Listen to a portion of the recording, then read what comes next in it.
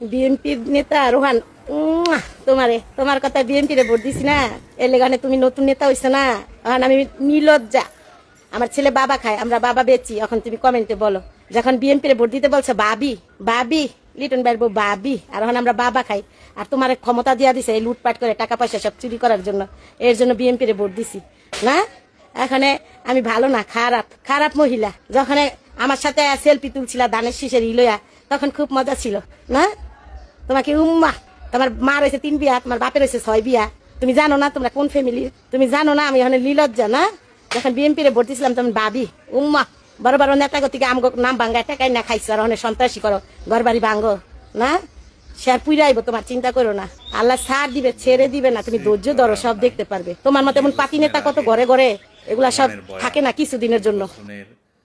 মানে সমস্যা শেষ হয়ে গেলে তারপর আর এগুলা নেতারা মনে রাখে না।